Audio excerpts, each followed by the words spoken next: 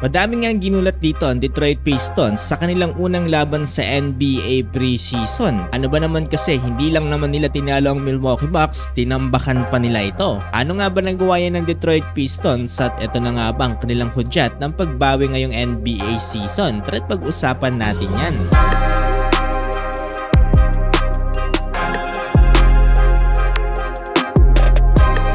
Itong 2023 to 2024 NBA season ay gumawa lang naman ng history itong Detroit Pistons. Pero ang downside nga lang ng history na ginawa nila ay patungkol sa kanilang longest ever losing streak na kung saan merong 28 straight games. Dahilan para mas lalo silang i-bash dito ng mga NBA fans. Sa tuwing lalaban nga itong Detroit Pistons ay ito na atang isa sa pinakamababang ratings ng NBA. Dahil din dito, minsan nang napaisip ang NBA na baka hindi nila i-broadcast itong magiging laban ng Detroit Pistons. Dahil kung mapapansin nyo, dito nga sa Pistons ay halos kakaunti na lamang talaga ang mga nanonood.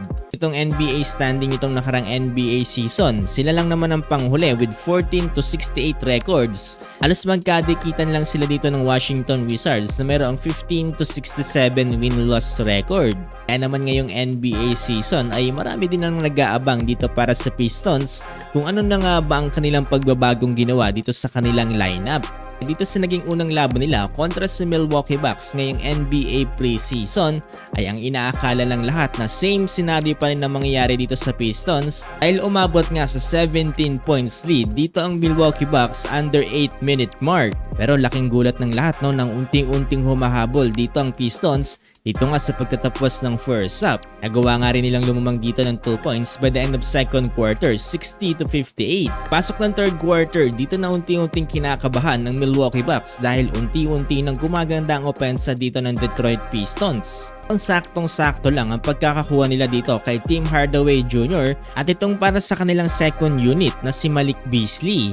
Kahit habang nagpapahinga ang kanilang starting lineup, gumagana pa rin ang kanilang second unit. Ibang-iba nitong nakarang NBA season na kapag umupo na itong kanilang starting lineup, napag-iiwanan na ang kanilang second unit. Dahilan para mas lalo silang tambakan ng mga NBA teams. Na ito, natapos ang fourth quarter na gawang tambakan ng Detroit Pistons ang Milwaukee Bucks ng 33 points. Alas napakamot dyan sa ulo si Damian Lillard at kahit nga mismo si Giannis Antetokounmpo ay hindi rin makapaniwala although hindi naman siya naglaro dito sa game na to.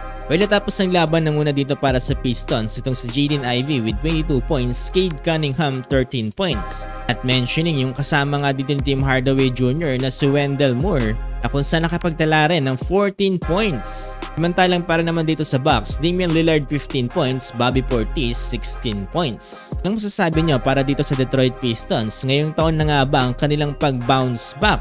Panalo nga ba sila dito sa pagkakakuha nila kay Tim Hardaway Jr. at dito nga kay Malik Beasley?